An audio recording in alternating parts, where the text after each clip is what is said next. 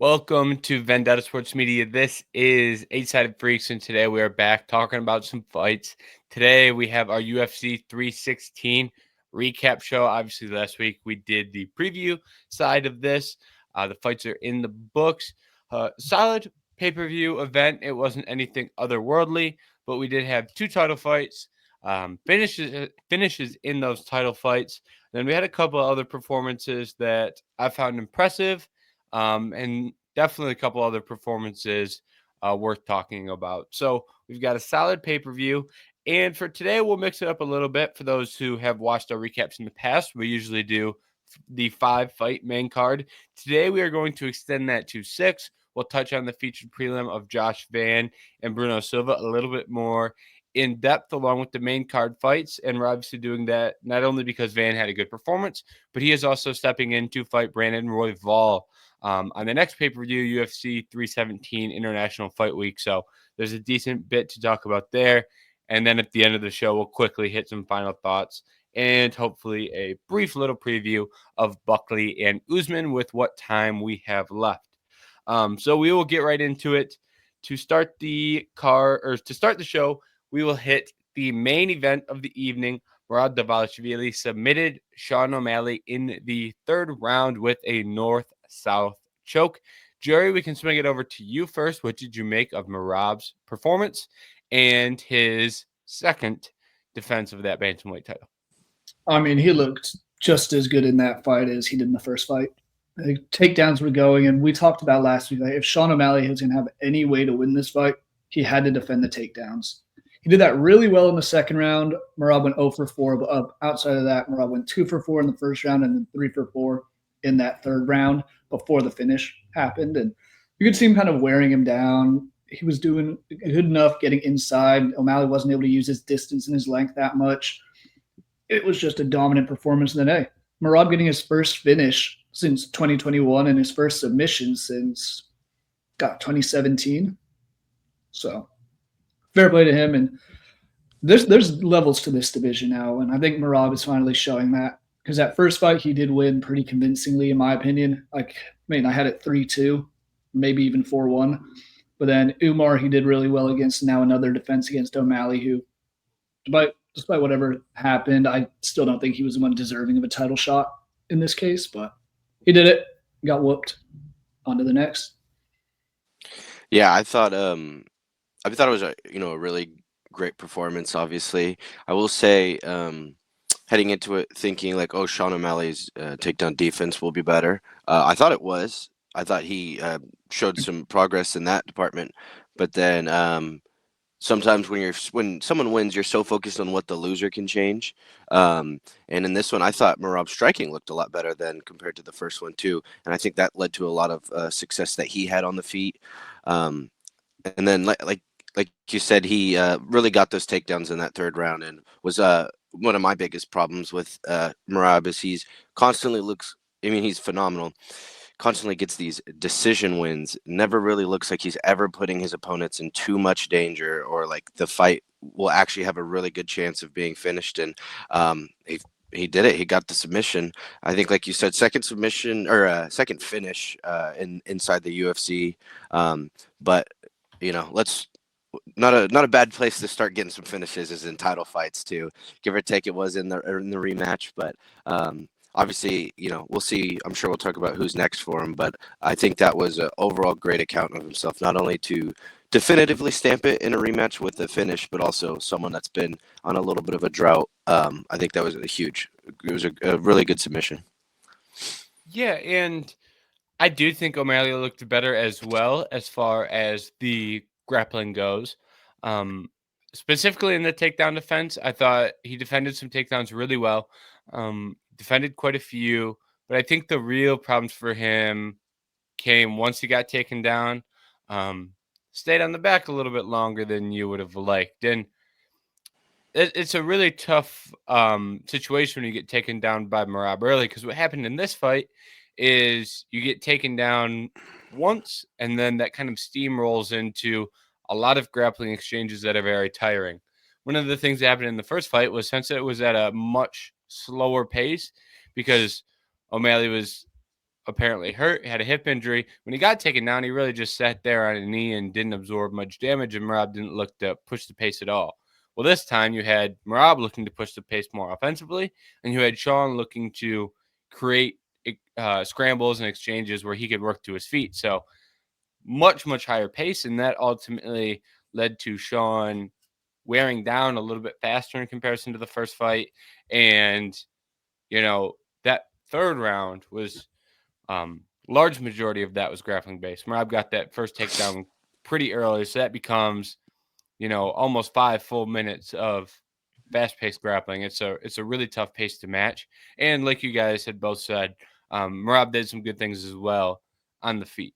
So when he's landing his hands, and he's not a world-class striker, but at the end of the day, you're a UFC fighter. You don't want to get hit in the face because you're either getting hurt or losing moments or things like that. So I think Merab did a good job on the feet, setting up his takedowns, and then once he got to those takedowns, specifically in the third round, started to steamroll pretty well for him. And big compliments to him for finishing that fight rather than walking away with a decision. Because if he wanted to, I think he was in such a good point at that third round, he could have sat on that lead for 2 rounds and took his decision.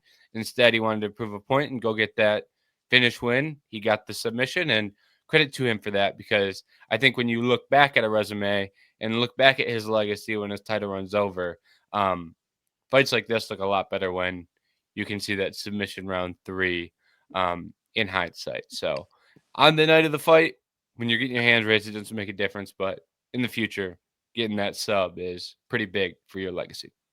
And I mean, O'Malley's still such a dangerous fighter that you never know. All it could have taken was one punch or one kick later on in those 4th or 5th rounds when Merab's kind of just gets caught out of position and gets hit. That could have ended the fight there. So it is more important to not you get rid of that risk of maybe he will catch me with something. So props to him. Well done. On to the next for him. Yeah, well, he literally in that first one at the end of the 5th round kind of got caught a little bit. So they just show you, like, even maybe if there was more time in that 5th round last time, things could be different. But so that's why it's always good. I always think it's better, like, winning is winning 100%. But I don't think you'd be hard pressed to tell me that a finish is on par with a decision win. I think, or like the finish is obviously better to me, and I think, like you said, legacy wise, looking back on resumes, I think that holds more true, or can be a good tiebreaker in some sorts, comparing resumes. Like you said, I do think James, I can't remember if it was the 3rd round, I feel like O'Malley, and this could have been because he was taxed and tired, but was really trying to sit there and look like throw up a triangle for like a minute 30, when I think he should have been working to get up to his feet, or maybe try to scoot to the cage or something and wall walk. And then the other thing, like you said, I thought the big difference too is maybe that first fight was a little bit of an outlier where just the pace was off. Merab, 15 takedowns in that first fight through a full 5 rounds. He'd shot 12 times already through the 3rd in this one. So I think there was a clear game plan difference. And that was Merab playing more towards his strength too, with the pressure and that cardio. And I'm glad to see, we always talk about his cardio advantage. He was able to fully utilize it and get the fullest out of that with a finish here. So, yep. And then moving on to what is next for Merab Dvalishvili. I think we're going to be in alignment here, but I will ask the question anyways. What do you guys want to see next from Merab as far as his title defense goes? Anthony, you can lead us off on this one. Well, even before this fight, or even the 2 names I still thought probably should have maybe got one over Sean, give or take, there might have been a fight to figure out who the contender was, but I had it as Sandhagen and Jan. And now that Jan's booked, I think Sandhagen would be the clear pick for the next title fight. It's something I would want to see.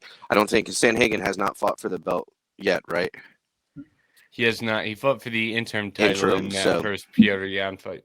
Okay, so this is someone that always is 1 fight away, will win 2, win 3, then lose that 1. That would be for his next fight would be, to fight for the belt. So talk about resumes, talk about people that have cleared out the division without actually fighting in a championship fight yet. Sandhagen has beat a lot of people, similar to a Merab or a Jan. They have a bunch of names. I mean, him and Jan actually have a lot of the same names. They're the ones that seems like they've been going through the division, while Merab and Suga and Merab and Umar have kind of gotten the last 3 title fights. So since Jan is booked, I would hope that I could finally get to see Sandhagen. It's, you know, super exciting, and I think he offers the same excitement from striking that a lot of people, you know, were convincing themselves, where Sean maybe just has to land that one shot.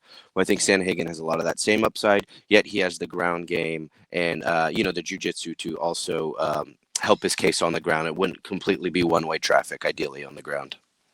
Yeah, I'm 100% with you. If it wasn't going to be Corey Sandhagen immediately, now that Petr Yan has a fight, I think it should have been those two fighting and the winner gets the title fight. But I have no complaints with Corey Sandhagen fighting for the belt next. I think, as you said, he's cleared out virtually everybody. So why not? He's deserved it, and he's been around and worked his way up the division. And then, as you said, Anthony, he keeps falling just one fight short. First, it was the loss to Petr Yan. Then he wins 3 straight, then loses to Umar. Now it's kind of like goes out, finishes Figueiredo when it was an injury, but still, like, he's worked his way back up to the top and should be repaid for what he's done so far. The only other one I would throw out there, and I know not a huge fan of double champs and all that, but depending on what happens in such as like the Pantoja, Kai Kara-France fight, and then even more importantly, the Brandon Royval and Joshua Van fight, which we'll touch on later, maybe there's a world where Pantoja clears out everybody quickly and goes up and fights Merab, but I think that'd be further down the line. I think Corey Sandhagen's the right answer. Yeah, I think the next 2 guys that I was looking at was Jan and Sandhagen as well. And Jan's got a fight booked, and while I'm not the biggest fan of the Marcus McGee matchup, I think it's kind of pointless. However,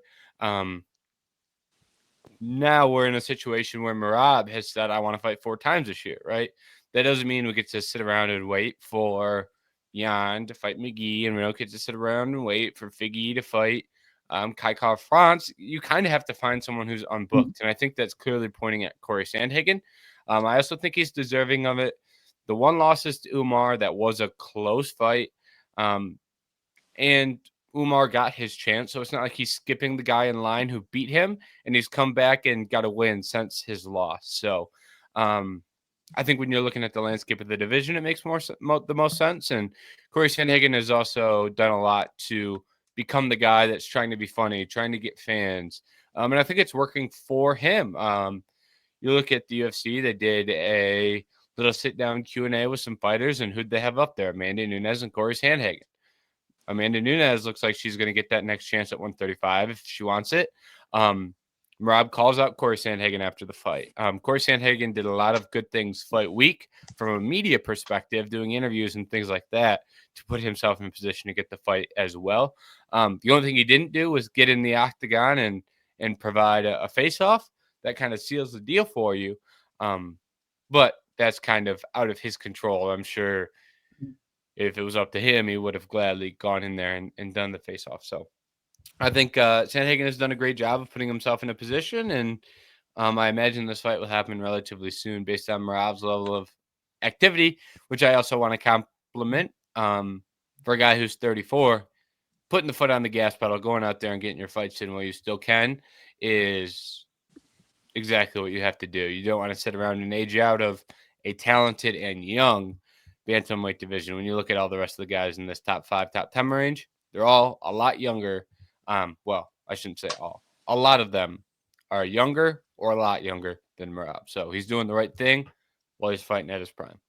I also just want to bring up, you mentioned he's 34. We've talked time and time again about that 35-year-old champion fight statistic where they virtually never win. I think Volk was the first one over 35 to win a title back at one of the lower weight classes. Doesn't turn 35 till January next year. So if he does want 4 fights, it's a perfect time to do so before any of that so-called curse kicks in. Yeah. And then last thing I want to get some feedback from you guys on before we move on to the co-main is I've seen people calling Merab Dvalishvili the bantamweight GOAT, and the UFC released their pound-for-pound rankings, and they have him number 2 in the pound-for-pound rankings behind Islam Makhachev. So the current pound for pound ranking is Makhachev, Merab Dvalishvili, John Jones, Ilya Topuria.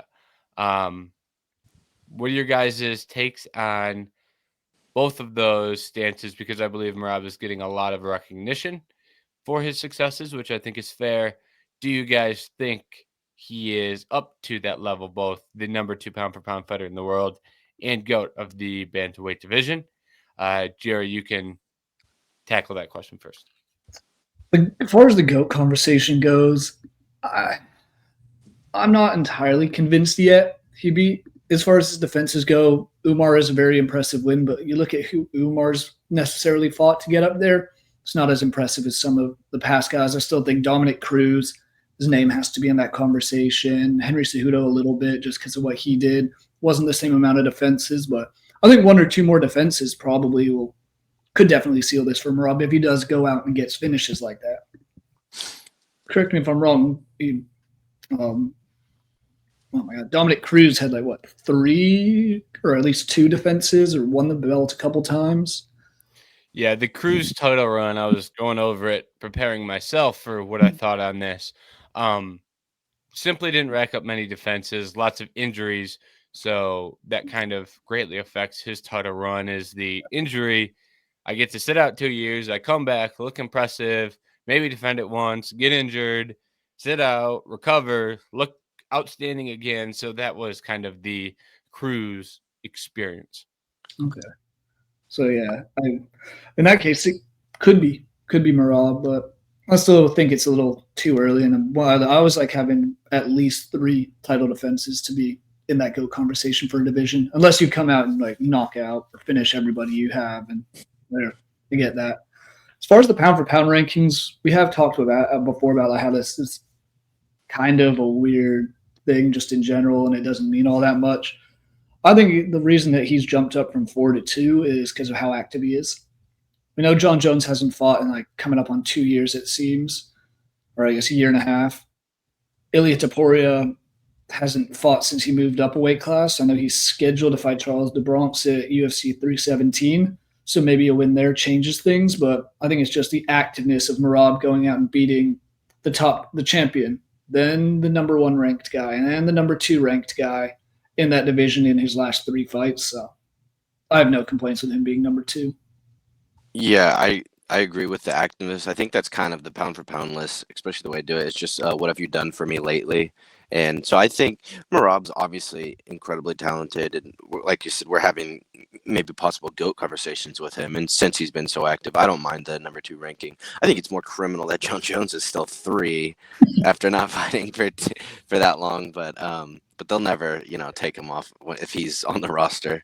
So I mean, that's whatever it is, pound for pound. I think for the GOAT, I mean, I think it's more than fair for him to be in those conversations. I don't know if he is yet. I also think it's tough with Dominic Cruz, Uriah Faber, some of those, because they don't have the full extent of their resume because it was WEC or whatever. So at least some of their wins are cut off. I know I get their title reigns, Dominic Cruz was champion. I think did he beat Faber to be the first champion, I think, in the UFC or something like that? I would have to double check, but I believe he was a WEC champ when the UFC purchased the WEC and was given the belt because they recognized WEC champions as the champions after they acquired him. Then I believe he defended that against Faber. Okay. Yeah, he won his belt for the WEC against Scott Jorgensen, and then his first defense, once it was the UFC, was Uriah Faber and then Demetrius Johnson. Okay, so I think just in that, and so it's kind of a little tricky. It still shows you how so young the sport is and stuff, which I think is always kind of cool. But I mean, definitely. And then Aljo was one of the other GOATs, and he got a free win against TJ Dillashaw. So it's not. Out of all divisions, this probably isn't one of the hardest ones to maybe start being considered GOAT level. So I think maybe why this conversation has popped up. But I do truly think Merab is deserving at least to be in the conversation. I just have to wait and see. I guess I don't have any really strong opinion on it yet. Yeah, for me, as far as the GOAT goes, I still lean Cruz, and it is unfortunate because I think a lot of Cruz's legacy is diminished by his injuries, and when you're comparing Merab to Cruz, it's one guy who is incredibly active, beating all the top guys. Meanwhile, a lot of the guys that Cruz was fighting were establishing themselves as greats when he wasn't there, when he was out injured, and then he would come back and beat them. So, like, for example, he's out injured in 2011. He beats his run in, or we'll start at 2009 to 2011. Joseph Benavidez, Brian Bowles, Joseph Benavidez, Scott Jorgensen, Uriah Faber, Demetrius Johnson. That's an incredible run of wins right there. And then he gets injured. He's out for 3 years, fights Takeya Mizugaki. That's not a championship fight, but he still gets the win. He's out again until 2016, and then he comes back and beats TJ Dillashaw. So it's like when you're taking large periods of time off and just coming back and beating up TJ Dillashaw, that's incredibly impressive. And then after that, he takes out Faber again, and then wheels started to fall off. Loses to Cruz or Cody Garbrandt, and then takes some time off, returns short notice to Hudo, and at that point, he's kind of old. So I still give it to Cruz, but I would be lying if I said that Merab wasn't right on his heels. And I hold Corey Sandhagen in a regard where I think Corey Sandhagen is a really big win for somebody. So I think that a win over Corey Sandhagen may, be the one that makes me raise my hand and say, all right, I'm done with my Cruz argument. So I think that's what I'm looking at from Rob. And as far as the pound for pound goes, I think 2's a little rich for my favor. I think Islam and Topuria are kind of head and shoulders above the rest of the bunch as far as a pound for pound list goes. And I would still look at some other guys like a Duplessis ahead of him. And then from there, when I'm not saying we should have Merab 8, for example, but I think a 4 or a 5 is a little bit more accurate than a 2, for example. So I won't, scream and cry over it, but I think it's a tad rich for my favor. So okay. I do have a question for you guys because you talked a lot about Merab. What do you think's next for O'Malley? Oh, good call. I think Cejudo would be my pick. Wouldn't hate Song Yadong as well. Yeah, I'm fine with anything. I thought some of the discourse, like Sean's been fraud checked or whatever, I feel like you can't have it both ways. Like you either Merab is, we just said GOAT status, he's up there, and so Sean's lost to him twice, but he lost to potentially the GOAT of the division. So like he can't be like a fraud or washed or anything like that, or like that. I think he can still be, an elite fighter. He's just, that's a horrible matchup for him, and now he's 0-2 against him. I still think he can put on some good performances and even work his way back to a title shot, we'll say, down the road or anything. But I just thought that was kind of interesting. It seemed like people completely turned and flipped on him after this loss too. But I'm there for anything. I'm hoping more for a little bit of a striking matchup now after seeing him try to get out grappled by Merab twice. So I think there's still a bunch of fight matchups for him there though at the division. So yeah, I like the Song Yadong shout. I think like Henry Cejudo maybe, but at the same time it's like Cejudo's a similar style to Merab, where he is going to just try and take you down. No, he doesn't have the gas tank or the strength that he once had or that Merab has, but a fight like Song Yadong, I know they're 1-1, but I wouldn't be opposed to another Cheeto Vera fight. I know that second one was just so lopsided that it's like, what's the point? But something like that, something fun, get Sean back into the groove of things. And hey, even on the other side of things, I know Jan would be demanding of a title fight if he wins. But if Corey Sandhagen gets this title fight and Petr Yan can't go immediately after he's done, say Merab beats Sandhagen, I wouldn't mind running back Petr Yan and Sean O'Malley. I was going to say the Cejudo one, I think I could see it being fun, just press conference, they've had like prior beef and stuff like that. The other one I always wanted that Jan rematch just because it was so like controversial, kind of like split 50-50, maybe not a pure 50-50, but both, a lot of people on both sides think that fight should have gone whatever way, and so maybe even at 5 rounds too to fully kind of flesh it out, but I'll take another 3 rounds at least. Yeah, and it does kind of depend how early he gets back in there. If he takes a year off, now you're looking at Sandhagen and Yan being potential options. If he fights in 4 to 6 months or probably not. So that's kind of another thing that you really can never predict at the moment.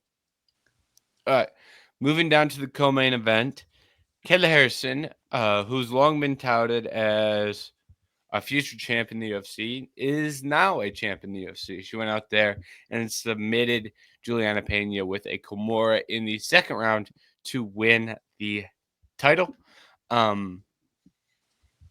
We went over, at least I went over my opinion of Julianna Peña in the preview. So this is one of the best fights I've ever watched. I'm interested to hear what you guys think.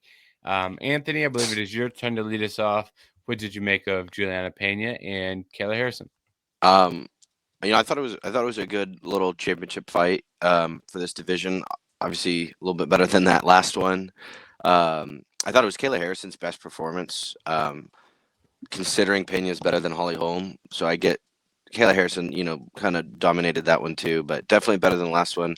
I thought she had her best performance on the biggest stage, which is amazing thing to do for your first title fight, and when everyone's wanted you to be, or not necessarily wanted you to be champion, but like you've said, she's been hyped up as the champion a little bit, the people's champion for a while now. So I thought she just hit everything out of the park on her end, and then on top of that, getting a finish too is always more important than going to decision, especially Peña. She's all that toughness and grit, like you were saying. So she was able to get the finish right there, and then I would say succeeded in the whole post-fight call-out Nunez thing. Like I thought that's about as good as that fight could go in the UFC's mind for them. So. Oh yeah, I mean, you were talking a bit earlier about how people are calling for Sean O'Malley being fraud checked. No, this was the definition of a fraud check, in my opinion. We've talked time and time again about how Julianna Peña is not this great fighter that she thinks she is. Fair play, she did beat Amanda Nunez, ending her title reign, but then promptly got smacked in the rematch. This was a good showing from Kayla Harrison, though. Like, she came in with a game plan.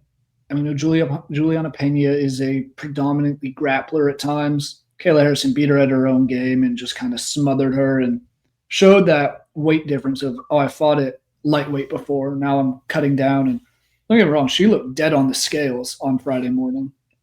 And then just hours later when they did the ceremonial weigh-in, looked like a completely different person, looked rejuvenated, looked rehydrated mostly, and had that energy going into the fight. And I mean, Anthony, as you said, this is the best thing that could have happened for the UFC because maybe Amanda Nunez comes back and maybe this brings some life into this division because the prior two title fights in this division, I think I slept through both of them and don't think I missed anything. Well, you didn't. So credit to you. So I think it was a great performance from Kayla. I mean, she was patient too. She didn't go out there and rush things. She didn't look panicked ever. Patient. Waited for opportunity to get to the clinch. She got to the clinch. The commentary would compliment Peña's takedown defense, and then the second Harrison decided to take her down, she would take her down. The commentary during this fight was absolutely brutal. They were complimenting Julianna Peña left and right, pretending like she was defending takedowns.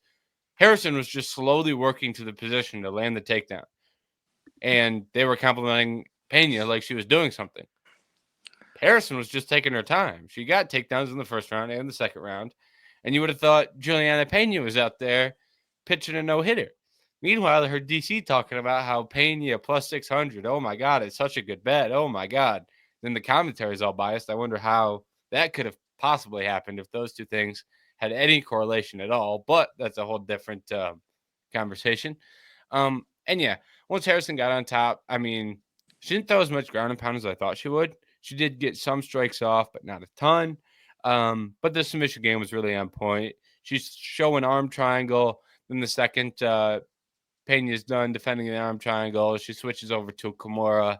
And good thing Julianna Peña didn't try and tough that one out because that one leads to some career-altering injuries. That was a nasty Kimura, and it's kind of undersold how nasty that was just because there isn't really a good camera angle of it, at least from what I've seen. The ones they showed on the broadcast weren't outstanding from just a clear viewership perspective to see what happened. But from that like top kind of almost eagle eye view. When you see that arm go back, it's at a nasty, nasty angle. And anything more probably could have done some serious harm. So good on Julianna Peña for getting out of there at a good point in time. So, and yeah, I won't add on much to the Nunes discussion quite yet, but Harrison does the job, does the call out, gets the face off. And this one seems like an easy question as well, but do you guys think this is easy enough? Book Amanda Nunes, assuming she's willing to make the weight and get in there. Jerry, you can take the lead on that one. If she's willing to fight, yes. If not, God knows what direction we go in. Yeah, I think if it's there, especially too, I think sometimes obviously Nunes retired. Like I think she kind of was already on the way out a little bit when Peña beat her the first time, and that little re-got her focused again. She got the win, and then. But after however many a year or two off, I think if she's getting that itch again, as long as she takes it pretty serious, which I'd imagine she would if she is going to come back, I think that's a pretty good fight. And the only thing I could think of is maybe Kayla Harrison gets another win, and if that builds any more hype for the fight at all. But I don't really think you need it. I think you could probably do it straight away next. So I'd be there for that. I did want to say too, though, that yeah, that Kamaru was really nice. That went quick though. Like I felt like they're fighting. There's like in the Kamaru, I feel like there's like a little 10-second window sometimes where they're like really, they're fighting, and then like it starts to push. No, that went like snap, and I was like, oh yeah, she might have just lost her arm, but she tapped pretty quick. And that was 5 seconds before the end of the round. I will say, I believe we all had under 2 hours. I think it was on. I can't remember if your best bets was just inside the distance or decision, or I think maybe you picked round 2 submission or finish at least. Yeah, in the article I picked round 2, but on best bets I just did inside the distance. So I thought that was a good, nice little championship pick we all agreed on, and got roughly inside the distance, everything pretty hammered correctly. So I thought that was good. Okay. The only thing I got wrong is I thought she was going to KO her. I thought it'd be elbows from. I thought it was ground and pound. pound too. She'd really slice her up. So, but aside from that, yeah, we'll take it. We'll take it. All right, to the most thrilling fight on the card, we have Joe Pyfer versus Kelvin Gastelum. This wasn't a great fight, but I'll kind of start here. I'm not really mad that it's not a great fight, just because we had the first round where Joe Pyfer's landing nukes. I mean, he's landing ridiculous shots. I think he knocked down Kelvin twice and hit him with the head kick, and there's multiple times where you think he's going to finish the fight. And at the end of the day, Kelvin Gastelum has a granite chin.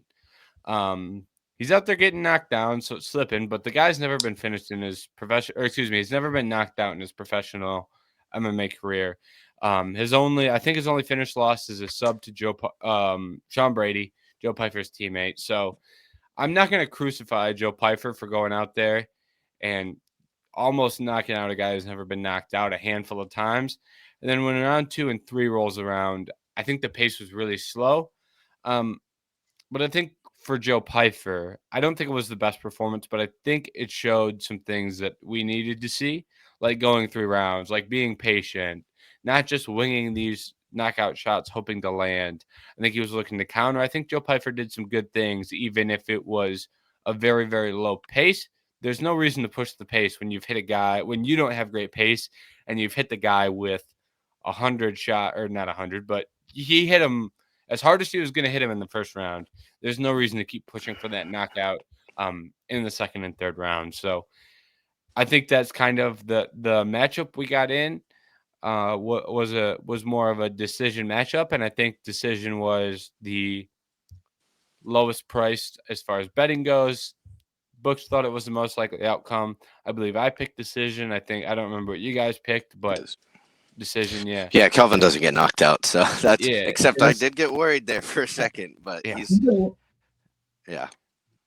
I think I went with a submission, which I don't know why, but well, they didn't grapple at all, so exactly. Joe Pyfer's got, so we talked about that a little bit on the preview. I think that was a better way for Joe to finish, but if you don't get to finish via sub, now you've been grappling, and we can see how tiring that can get. So I I don't think it was an awful performance from Pyfer. I think in different matchups, he lands those shots, he's getting the knockout in the first round. So I'm not mad at Joe Pyfer, even if rounds 2 and 3 weren't the best viewing experience. Jerry, I believe it is your turn to lead us off. What do you make of Pyfer versus Gastelum? I mean, outside of that first round, it was kind of a rather uneventful fight. As you've summed it up, he threw some big haymakers looking for that finish in the first round. It didn't come. He looked a little more cautious about, I've thrown my best things at him and he's still coming forward. I do like that he attempted and landed a takedown in that third round. I think that kind of solidified the fight for him to an extent. But it was one that was like, it wasn't the best fight, but two guys unranked, one of them on his way down, one of them on his way up. As you said, this is a learning point for Joe Pyfer, and I'm curious to see how he improves next time out. Yeah, for the same things like you guys were saying, I do think. I mean, he did lose that third. I didn't get to hear the judges' scores, but I mean, he lost that third in that fight, or because I see some 10-8s too, maybe on the scorecards, but. I believe I'll pull up the scorecards, but I believe he won the third on one scorecard. I think the scorecards were kind of all over the place. Let me pull them up real quick. But that would be one of the things. Is once again, I thought he probably lost that third round, and it seems like now the second time reoccurring thing. A little bit of maybe the gas tank concerns, but also losing those late rounds. Yeah. All right, we had 29-27 Pyfer. That's a 10-8 in the first, a 10-9 in the second. And then we had a 29-28 Pyfer with him winning 1 and 2. And then there was a 30-27 Pyfer with him winning all 3, which I think is I probably would have had the 29-27 scorecard. I'm cool with the 10-8 in the first round and give Gastelum the third. That's how I thought too. But I will say it is I remember it must be nice too. I think that's such an insane fighter trait to just not be like able to get knocked out. Like he can't teach that. It must be insane. Probably bad for your health in the long term, but also as soon as he got dropped twice, I know I didn't connect the dots that Joe Pyfer was fighting a Mexican, like someone that's half. So we should have probably known. Like I got really worried that finish was coming in the first, but ultimately, like you said, I did have Pyfer by decision too. So I think, I think he looked good. He probably finishes a lot of those fighters in the first round, and then I like Jerry said, I want to see what his next fight looks like, because I don't think he fully beat the third round, late round concerns for me in this one even. No. I think that's fair. I think in the Hermanson fight, he looked visibly worse off 3 through 5. But still, when you're doing less damage in the third round, that's even if you're not eating as much in return, you're also the issue this time around is more from an offensive perspective. So I think, I wouldn't be rushing Joe Pyfer to the rankings or anything like that. There's plenty of unranked middleweights that make sense, like a Michel Pereira maybe, or maybe I think Abus is ranked, but I think there's guys like that, a Chris Curtis. There's plenty of guys that you can find outside the rankings that can provide him with fun matchups. I will say, no, you can go. I was gonna say, how old is he? He's still at what? Late 20s? He's 28 actually. So he's still got plenty of time to find his rhythm and build a name for himself. Mm-hmm. And I was just say, I guess I will say, just for my own sake of maybe why I'm seeing it that way. I guess when you drop someone that many times in the first round, like the third round's always gonna look like worse compared to you almost murdering someone in the first round. So I guess that would be maybe one thing. If maybe I'm going over on maybe he's showed too many concerns in the third round, just because when you set the bar so high in the first, it's you can't, any round after that's probably not gonna look the same. So yeah, and Kelvin does this weird thing where like he gets knocked down and then he's up standing on his feet 3 seconds later, and it looks like he didn't get knocked down at all. Like this isn't like Kelvin wasn't in front of him like with a broken orbital and could barely walk. Kelvin's in front of him that looked the same he did when the fight started 15 minutes ago. So I think that's another unique aspect that you have to deal with when you're fighting Kelvin Gastelum. All right. Heading down the card, we have Mario Bautista versus Patchy Mix. This one, was the UFC debut of Patchy Mix. Did not go according to plan. He said he was looking through Mario. He said he'd submit Mario and everyone who taught Mario jiu-jitsu, and he didn't grapple. And he's not very good striking defensively. He doesn't really move his feet, so it turns into Mario hitting him like a pinball machine. Jerry, I think it's your turn to lead us off. What did you make of Mario Bautista versus Patchy Mix? Everything we were kind of talked about being concerned with, and the bright lights and the difference between Bellator champ and the UFC top 10 ranked fighters were shown completely. Mix looked like he came in with no game plan. You just mentioned it there. He's a grappler at heart. None of that was shown. And Mario Bautista looked like he was one of the best boxers in the UFC in that fight. And nothing against him, but I don't think he's nearly as good as he looked in that fight. And it's props to him. He did what he had to do. He beat the hell out of Patchy Mix, but this is one that it looked like only one guy was fighting, and it was Mario Bautista. And Patchy Mix looked levels out, way out of his comfort zone. Which we're seeing a lot with these Bellator guys coming over now.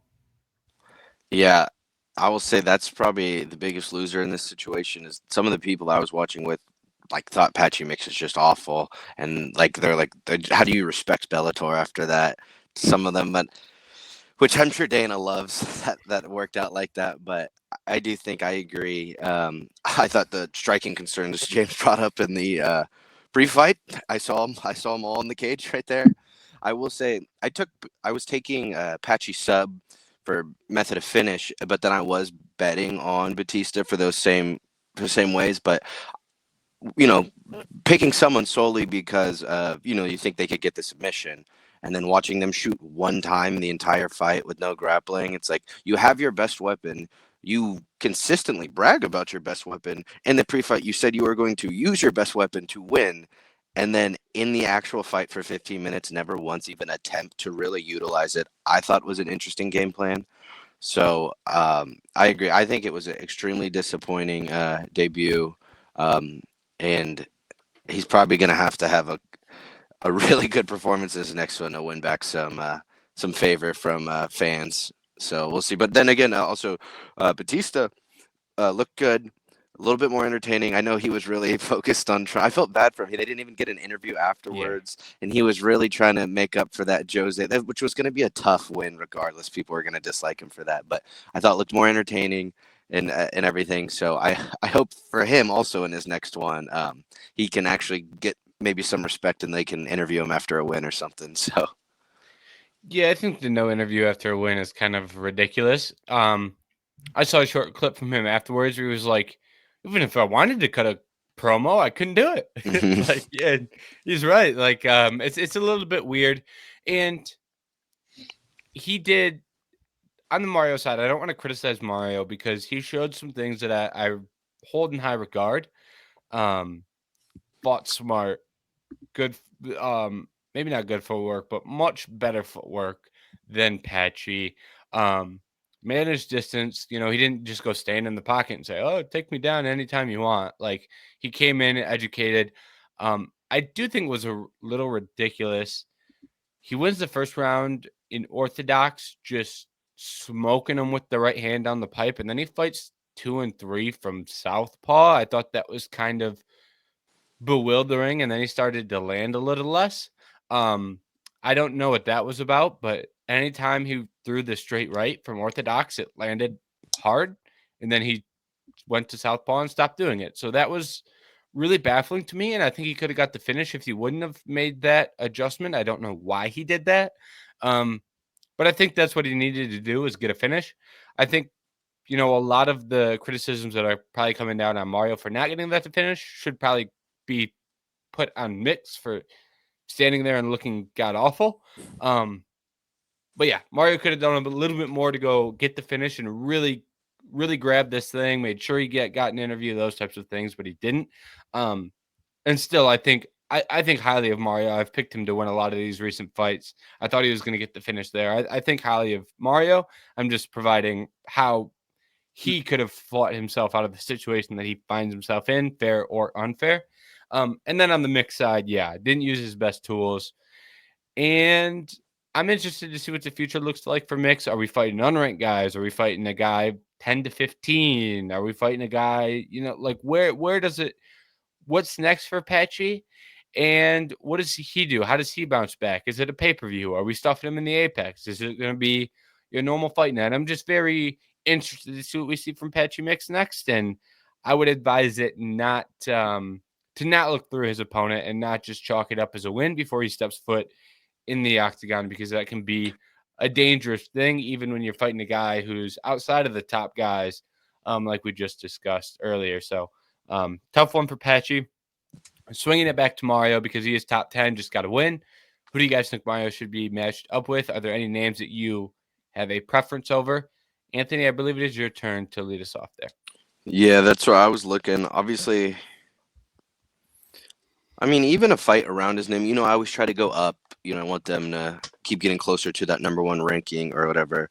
But even if he had to take another one, I think that could have been his like mid-fight where, he just fought someone that's not ranked. So I think even if he has to fight someone that's 8, 10, 11, someone like that, that it would be okay. And I don't think that would be totally screwing him over. I see Rob Font right above him.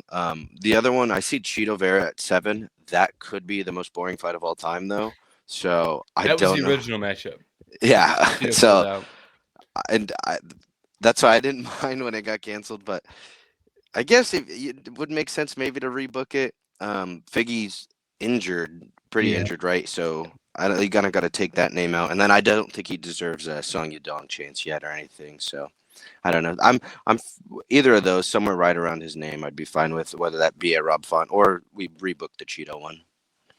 Yeah, same way. I'd say if he was healthy, I wouldn't mind a Figueiredo fight. I think that would be entertaining.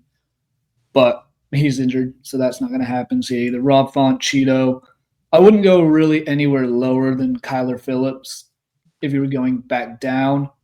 But really, anyone in there outside of maybe Henry Cejudo, I don't really need to see him. I think there could be a better fight with Cejudo elsewhere. So any of those I'm really fine with. But I do like the idea of moving forward and remaking that Cheeto fight because it could be fun. It could also, as you said, be really boring. So yeah, I think Figgy would have been the number one. This is the one that I think it would have been a pretty easy call if he wasn't hurt. I'm a little bit more open to the Song Yadong matchup, and that does depend on how we're going to lay out this division. If we're going to do, for example, Song Yadong. If we're going to do Song Yadong versus Sean, then, Mario, sorry, you don't get that fight. But if they kind of match up some of those top guys and Song Yadong is left out, I don't hate the Mario Bautista matchup, but I would much rather see a Cheeto than like a Rob Font, for example. I think the Rob Font one's kind of, Mario's going to go out grapple him. I think Cheeto's a better matchup, and so I would probably lean Cheeto. You beat Cheeto. Now we're talking about Song Yadongs of the world and maybe a loser between some of these other guys, or maybe they just have him fight Umar. Who knows? Like, is there a world where he fights Umar, or should we do Song Yadong anymore? Because Umar is kind of like, who the hell is Umar going to fight? Maybe they just go, fuck it, we'll give him Mario. But maybe it's Song Yadong versus Umar is the answer. I'm not really sure. I was to say, to be fair, Corey took that Umar fight when Corey really had no business to. So if now Umar has to fight someone way lower in the rankings, or, I could see that working out for that way. The last name, too, it was like Bautista versus Sahabi. Just the two people that robbed Jose. And then the fans can, pick a side and see who really deserved it. That's funny. All right. Moving down, last fight on the main card, Kevin Holland versus Vicente Luque. Strong performance from Kevin Holland. A lot of criticisms a lot of potential thought that Luque was washed coming into this one. I don't think that's, that may be the case, but I think Kevin Holland did the right things, even if that is true. And at the end of the day, washed, not washed, submitting Vicente Luque with a front choke is a very big feather in your cap, point blank period. So I was impressed with Kevin Holland. Jerry, you can lead us off on this one. What did you make of Kevin Holland's win over Vicente Luque? I think Kevin Holland's just the way he goes about fighting, and he'll win 2 straight, then he'll lose 2 straight, then he'll win 2 straight. he was coming off having lost, or he lost 2 straight, and then he fought Gunnar Nelson and won, then fought Vicente Luque. And it seems like he's always, I'm winning some, I'm going to get up to 14 or 13, and I'm going to lose 2 and drop back down. But this was one that he looked good. He looked like he wanted to fight. He looked like he was ready to go. And he came out and proved it. And like as you said, getting any sort of submission against Vicente Luque is rather impressive, considering he's only been submitted 3 times in his entire MMA career. I don't think he's ever been submitted inside the UFC. So that's something, food for thought. And Kevin Holland just looked better this time than he has recently in the past year and a half or so. He's also one that I think it was very funny, him immediately, and we know this is why he's nicknamed Big Mouth, but he immediately comes out and starts talking to Luque. And Luque, I think, kind of lost a little bit of focus. You could hear Luque's coaches even tell him, hey, don't let him talk you out of the fight. Stay calm, stay focused. And he just keeps going. And I think eventually he got to the point where Luque slipped up on one small thing and Kevin Holland took advantage of it. But it wasn't a bad performance in that first round by Luque, in my opinion. It's just Kevin Holland was much better.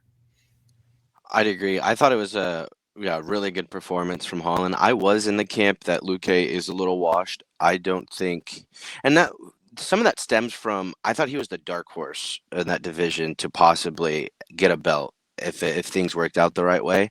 I don't ever see that happening now, and I don't even know if I'd quite give him a gatekeeper is why I think he's washed. Not that I still don't believe he can win fights or anything like that, but that's where I'm at. But I thought the fight, I thought they both looked good, did their things, but Kevin, I think at welterweight when he's really focused and tries, is just actually a really good fighter, and it's a shame we just don't get to see it as much because if he's focused, not doing the middleweight, not being Mr. Company Man, taking short notice, doing anything, all this other stuff, when he actually genuinely shows up to fight at the right weight class, I think he's a great talent.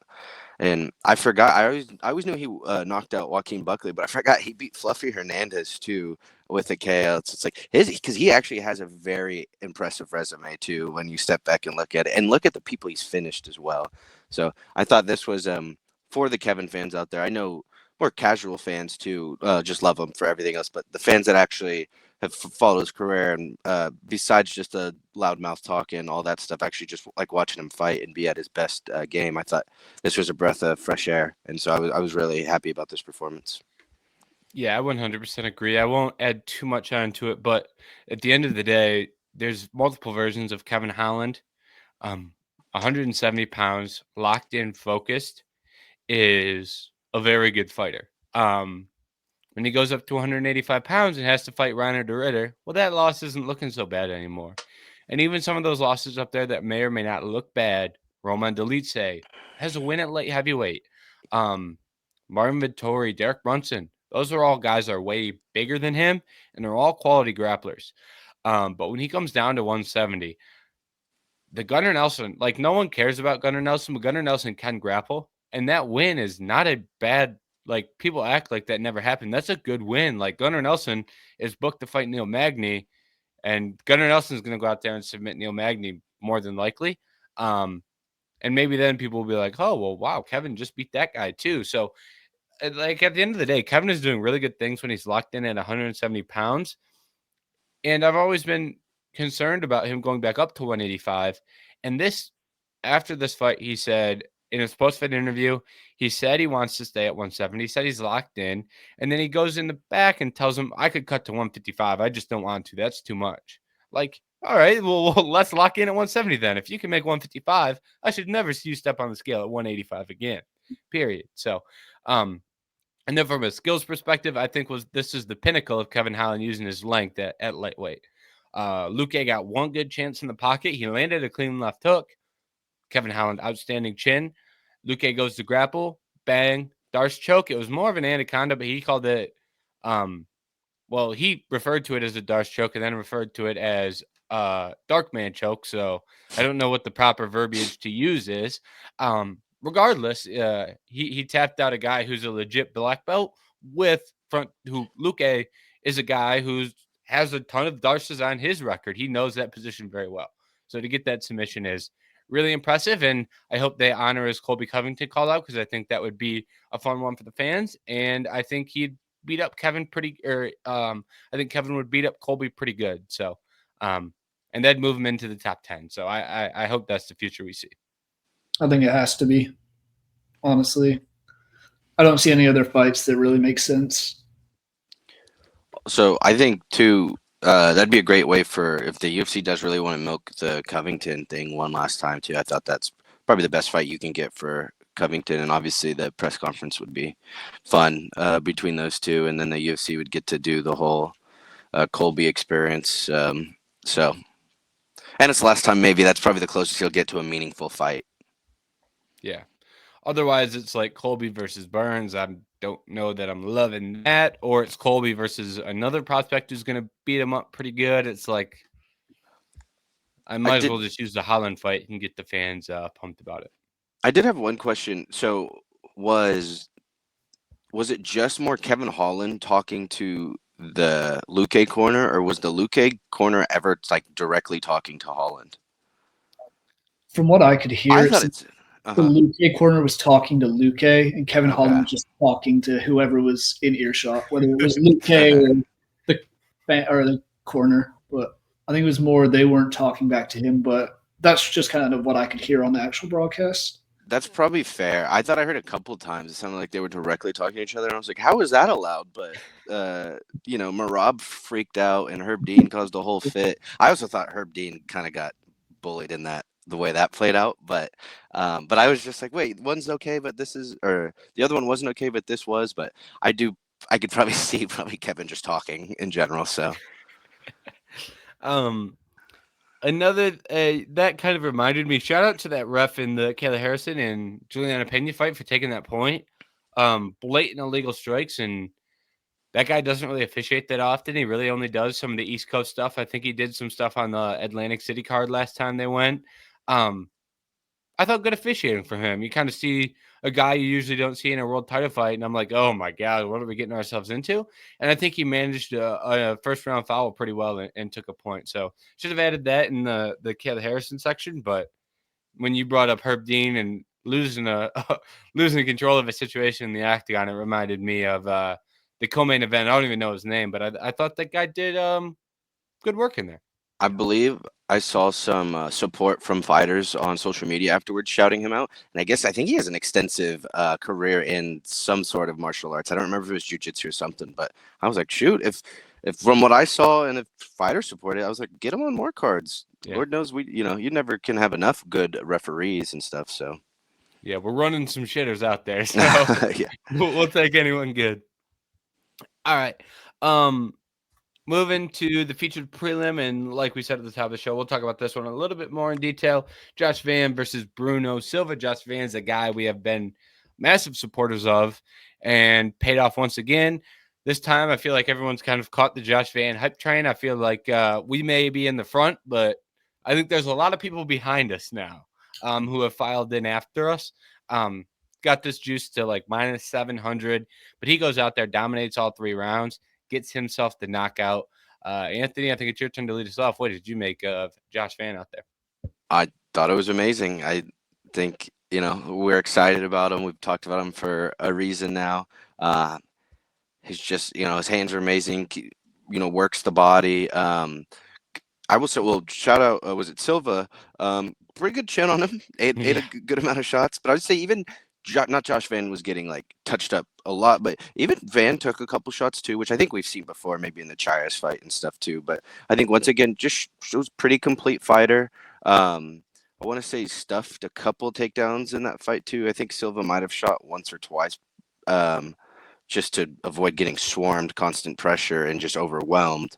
But yeah, and then got the finish. That's all you could ask too. On top of that, if you're gonna put 300 strikes on somebody's chin and and face, at least you might as well get them out of there too. So I thought it was a pretty pristine, perfect fight for Van, and rightfully so. I'm glad he got that big jump up in competition now. Oh yeah, and I mean, I think they showed during the broadcast that the 3 knockdowns is a record for one fight in flyweight history. Technically, I guess you could say there's a 4th with the KO, but hell of a showing from him. And I mean, that's why we've been hyping him up so much, why he was a minus 700 something favorite when the fight started. Looked really good. Now, nothing against Bruno Silva. Like, he just was completely outclassed. He did have some moments there where he was almost hurt, was not quite damaging, but he was hurting Joshua Van a bit.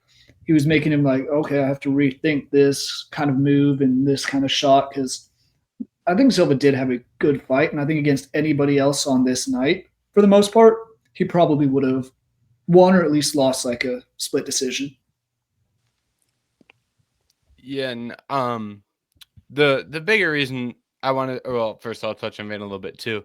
This was pretty standard Josh Van pressure boxing, get the knockout. Shout out to him, because we talked about this a little bit earlier with Merab, but there's getting a finish and not getting a finish. Talk about could coasted to a decision. I mean, he gets a finish with 1 minute left. He's well on his way to at least a 30-27. Who knows if he would have squeezed a 10-8 out of there, but like that guy very rightfully could have sat on that lead, but instead he pushes up the pressure, goes out there, gets the finish, doesn't get the $50,000 bonus check. However, he's got a fight booked already, and that's kind of the reason we wanted to talk about this a little bit more extensively, just because on Saturday he goes out there and he gets the win on a pay-per-view, on a featured prelim, new high in his career, if you will. And then 2 days later, he tweets, guys, I've got fight news. Well, dude, you've already fought. You've been in the UFC for 2 years and you fought 8 times. 2 days later, you got a fight booked. What's going on here? And then come to find out, Manel Kopp out of his UFC 317 matchup. And this crazy motherfucker, Josh Van, is going all the way up to the top, basically. He's fighting the number one ranked guy in the world. Only guy ranked higher is the champion. And he's taking that guy in Brandon Royval, taking him on short notice. And he didn't have to agree to this. He could have said, I won't be ready. I won't be healthy. And Brandon Royval could have said, I don't want to fight that motherfucker. Why would I want to fight Josh Van? There's plenty of other guys you can give me that'll fill in that are not named Josh Van. I would like someone else. And they probably would have done that. But Royval is a dog and gets to make sure the fans get a fun fight. And Van's a dog for stepping in there. And now both of them have an opportunity on probably what's going to be one of the biggest pay-per-views of the year on the same card as the champion Alexandre Pantoja or maybe Kai Kara-France, depending on how that fight goes. But talk about building fans, getting on a big pay-per-view, and aligning yourself to fight for the title. Royval and now Josh Van have done those two things perfectly. What do you guys make of Josh Van's resurgence, or not resurgence, surge all the way to the top of this in two days? Now we find him fighting the number one ranked guy in the world. Jerry, what do you make of that? I think the thing that's craziest to me, and I've just looked at the odds now, and it's now Royval minus 120, Van plus 110. But when the odds first came out for this fight, I think Joshua Van was like minus 230 favorite. Yeah. I didn't know if that was true. I saw that, though. That was wild. Yeah, I was like, that was true, but those numbers got bet very quickly. Like that. Yeah. They did not sit for long. No. So I'm honestly, I'm fine with it. I want to know what the odds were beforehand of we've seen him and El Cop struggle to actually fight, whether it's weight issues or injuries. So this isn't overly surprising. I'm wondering if they already had kind of a backup sort of in place for if something did happen. Because it seemed very quick from when this whole thing happened. It seemed very quick, but I love it. The only other guy, I think I don't really want to see another Brandon fight. Amir Albazi should just not fight anybody again. And otherwise, like, I'm here for Joshua Van. The way he looked this weekend, why not test him? And if it comes up short, have him fight a Manel Kopp or a Alex Perez sort of fighter next instead. He has nothing, in my opinion, he has nothing to lose in this Royval fight. Yeah, I agree. This is why it's tough because, Moreno and Royval were my two favorites, and then Van now. I'm gonna have to see him fight again, so it's gonna be tough. I can't fully root for this, but I just will be able to sit back and enjoy. I think this fight should be amazing. This is probably one of the most exciting ones you could put on. Like I thought, like you said, Van even taking this or being willing to move up this quick off the short notice is awesome. Royval's just had a tough one. You go from Moreno, who I believe is the best contender in this division that's not a champion. Then you fight supposed to be like the scariest prospect in Tatsuya Taira, and then now you get the other scariest prospect in Joshua Van. So it's just a gauntlet of what he's been having to face. But that is, that's the top, near the top of flyweight championships, and I think that shows you the great space that the division's in right now. And so I'm excited. And then also, like James said, on a phenomenal pay-per-view card, I think this is a perfect spot for it too. So I'm excited. I am probably more excited than the Cop fight too. So overall, just I think the UFC nailed it on the quick pivot, and I'm really excited.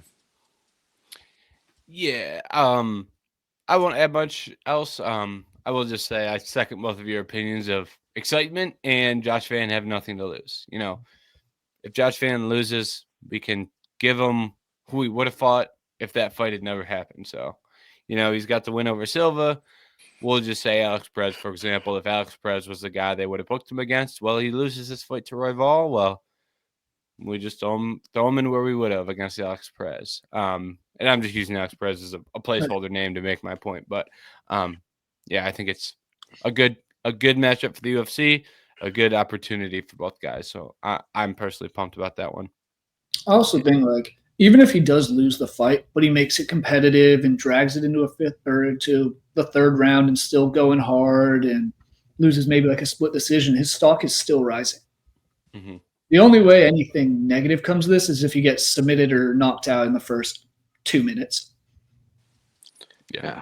I will say one of my friends did not really know who he was, and so that was his first introduction to him, and he loved him. And I was like, see, that's perfect. So it's like one of the fun things about watching UFC is there's always someone like it's their first time seeing something and they're loving it. So there's Joshua Van has another big fan after one fight. That's awesome. We'll round out this UFC 316 card with some final thoughts. We took the best final thought in Josh Van. He's always a final thought, and it's always the best one on the board. He's off the board from the remainder of the prelims and early prelims. What stood out to you guys? Anthony, I think it's your turn to lead us off here. Okay, I didn't fully get to watch all the early prelims. Oops, it just went away. But I will say I did watch that Waldo Cortez Acosta fight. Not the prettiest, but I'm still taking him, rooting for my guy over all these other horrible heavyweights. I just think he's a little less horrible, and dare I say, even a good fighter, a fine heavyweight fighter. So got the decision win. Stuffed the takedowns too, which I thought was good, even though sloppy. And then the last one I did see, or the one I saw as well, was that Chaos Williams Gustafsson. Now, I think that was Gustafsson's first fight in the UFC. I believe it was Contender Series. I was intending on a Chaos Williams knockout, and then Gustafsson just astronomical pressure, always going forward, cage clinching, great gas tank too. So I mean, he looked impressive enough to me. I'm kind of interested in seeing what a next fight might look like. I will say this New Jersey crowd booed a lot, but this was early, and the commentary I kind of had issues with throughout the whole thing. But they were trying to say like, this is an exciting fight. Why are they booing? I think 2 minutes into the third round, there was 10 minutes and 40 seconds of clinch control time. And it's like, I think we don't have to boo or think. A fight can like not be super entertaining and you can just call it what it is. I don't think the commentary always has to pretend like every fight's the most exciting thing we've ever seen, was my only issue. Because if some people don't think 10 minutes of clinch control time is the most exciting, I wouldn't really fault them for that. So that was the other thing I'll say. But I thought it was an interesting, good debut win, and I'll be watching his next one. Yeah, I mean, I'll start with that Waldo Cortez Acosta one, just going off of your back there. Like, he's up 3 spots in the rankings. It wasn't pretty, but let's see him fight one of the higher up, bigger name guys in this heavyweight division and see what happens. Only one way to find out, in my opinion. But the other two guys I want to give flowers to, Yu Jusang. Oh my. 28-second knockout. It looked so eerily similar to Conor McGregor's knockout of Jose Aldo. He just steps back and then that quick left hook, and the other dude was asleep within seconds. It's a great way to make that was his UFC debut, I believe, also, wasn't it? Yes. Yeah, so great way to get your name out there. And then the Aussie who fought right before, Quillian Sakhild, put on another pretty solid performance. They didn't get the finish this time, but he looked miles ahead of the guy he was fighting in Yanal Ashmouz. Yeah, and I'll pick up on that Jusang Yu performance. Didn't know much about the guy coming in. It's his UFC debut. I think I'm pretty good at knowing guys in their UFC debut when they're coming in through Contenders or the Ultimate Fighter. Jusang Yu just not even road to the UFC. Just, hey, we found a guy, we're going to sign him. So didn't really know much about him coming in. So I was intrigued considering he's a huge favorite. And he's walking out to the Korean Zombies walkout song. And I'm like, well, hold on a second. This is wrong. You can't do this. And then they're explaining, oh, he's friends with the Korean Zombie, or excuse me, the Korean Zombie's his mentor, massive influence for Korean Zombie is okay with the walkout song. And then they announce him as like Zombie Jr. or something like that. And I'm like, oh my God, you better kill this guy. Like, you are writing some serious bills here. You better absolutely murder this guy. And he did. He clipped him on the chin and put him stiff as a board. He killed the guy. And then afterwards, he's also a 145er, said Korean Zombie was never able to get the belt. I want to win the belt, give the belt to Korean Zombie. So cool guy, cool story. Great performance. So I was ready to really not like this guy because he was writing some serious stuff, but he performed and backed it up. So credit to him. Wang Kong and Ariane Lipsky. Wang Kong, I've got to fight inside the distance. She hasn't been able to walk on one of her two legs for 15 minutes or 10 minutes. Kick her in the leg, would you? I mean, my God. I won't go too in detail, but throw some fucking leg kicks. You already almost finished her with some leg kicks. Why'd you stop throwing them? Absolutely outrageous. Ridiculously stupid performance. I hate her. Her and her stupid Joker bit. Absolutely ridiculous. People act like she's outstanding. She's already lost in the UFC. This hype train has already ended, and somehow people just ignored the finish loss, and we're like, God, no, just hype train is still on. You will not catch me buying a ticket to that one. But and then I will just shout out Azamat Mirzakhanov for his knockout as well. He looked good. He did look good. Some of his I want a top 5 guy, I want a main event. Slow down. You beat Brendan Hiberio. Slow down. But performance, quality. So he deserves credit for that.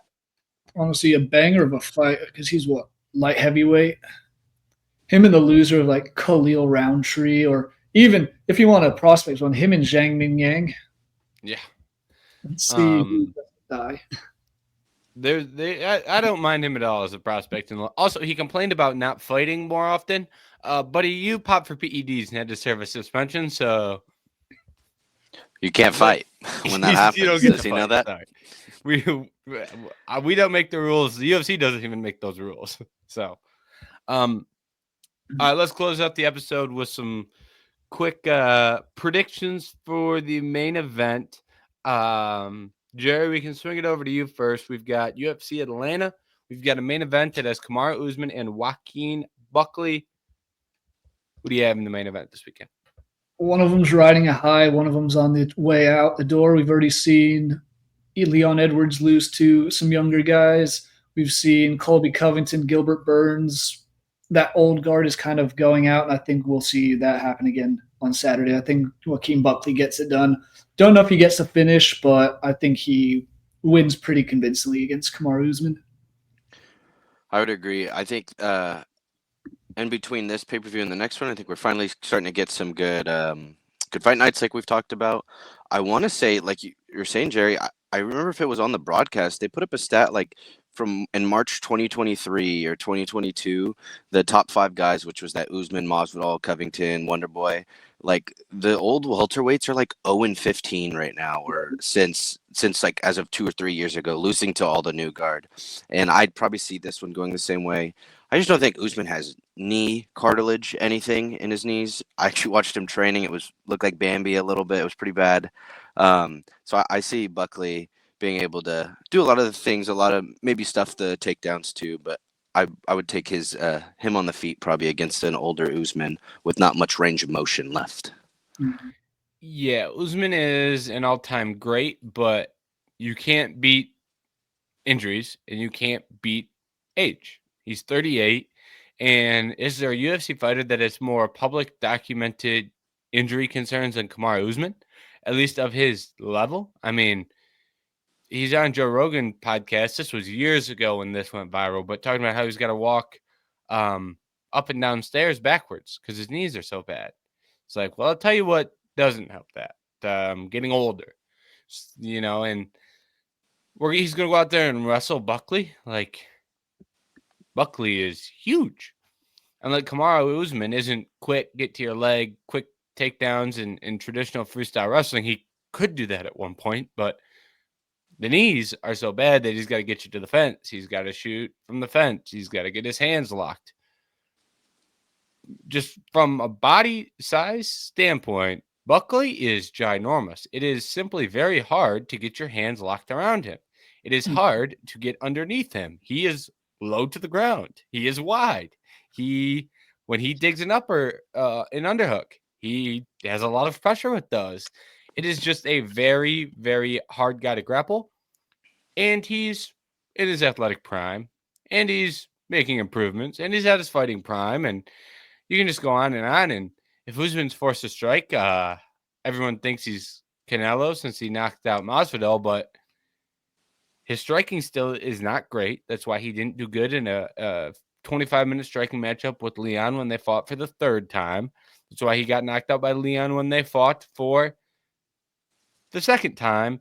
And that's why when Chimaev got hurt in their fight and it was relegated to 10 minutes of striking to end round 2 and 3, that's why Chimaev was still able to win a round clear enough to get the win. So, Usman's an all-time great, but I think age and injuries combined with the matchup of the younger fighter is a pretty bad outlook for him this weekend. So I also think there's a little bit of like the mindset. Usman's achieved everything he can in this division. What more is he at? What is he actually still fighting for? Whereas Buckley's trying to make a name for himself. He's 6-0 since returning from welterweight or returning to welterweight. And he's knocked out the legends of Vicente Luque, Wonderboy, Colby. Those were 3 of his last 4 fights, and they were all TKO or knockout finishes. So it might be a rough day at the office for the seniors.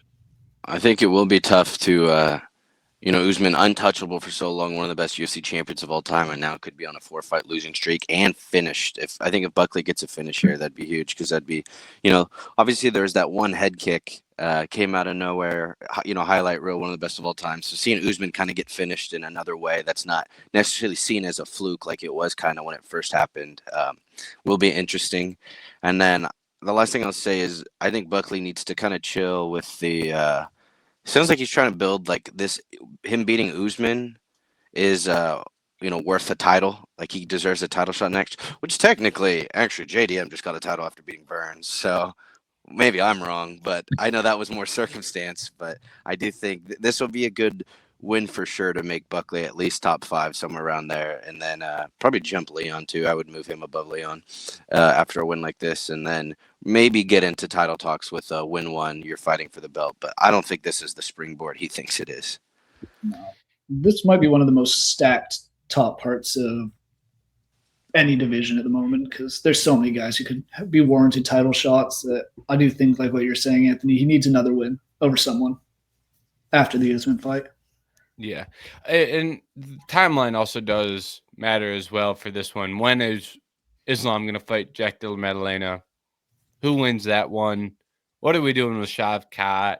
welterweight is stacked, and we have a lot of questions. Thankfully, a lot of the answers to those questions aren't like, "Oh, this sucks." Like, you know what I mean? Like, you can kind of throw darts at a dartboard, and like anything you hit, like, wow, we'll take that. Like, welterweight's really fun at the moment. But yeah, I think there's some other guys who can make a case, but he's not far off. Like, this gets him to, I think, one more, and hopefully the division stays active. I'm not going to say that there's a specific person that could become champ that could just completely stall this division out, but I'm just saying it's not hypothetically far-fetched. I will just say that. Yeah. Hypothetically speaking, the welterweight division may only have the champion defending when they're fighting in Abu Dhabi, but I wonder what can make that happen. So, all right. Thank you to everyone for tuning in.